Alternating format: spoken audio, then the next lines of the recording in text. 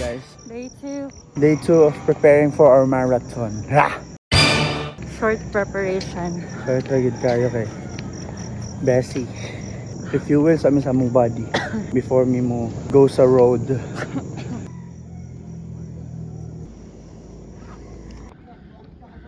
Guys, so we're in the road to the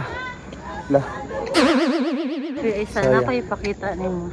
Nala siya ipakita. Bang! Tura. Ay, ang secret weapon, guys. Pag magkuhan ganin mo gani, mag-jogging, dili, pwede nga dili mag-lipstick. So, yeah. May ang secret weapon, guys. Ako, wala. Tubig lang. Purong natural.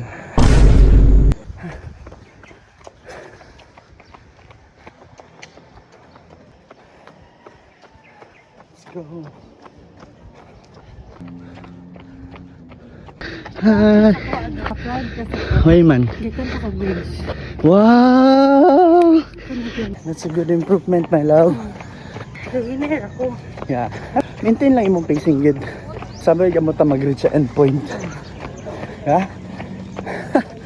Maintain lang ang pacing. Love you. Good job, my love. Nice, nice. Pag naugid sa bridge, pasaka, di ba naman to anak? Oh. Ito na rin ko nag-start.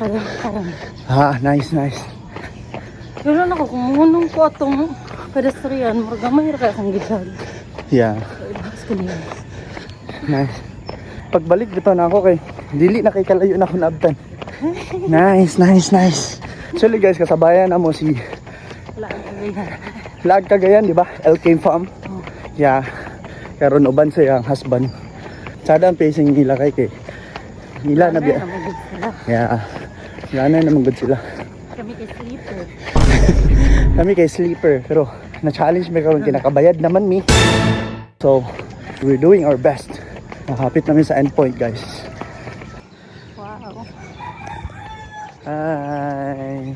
We're done with the 5 yards. Actually, murag sobra na to siya sa 5K. Kaya ni-slow down naman din niya. Counted ba ito? Counted to siya. Sada kayang kwan guys, so ang management. Thank you, Lord. Thank you, Lord. So, kang management karon sa taas. Never. Never mo undang. Actually guys, nabago ang facing ni Joanna.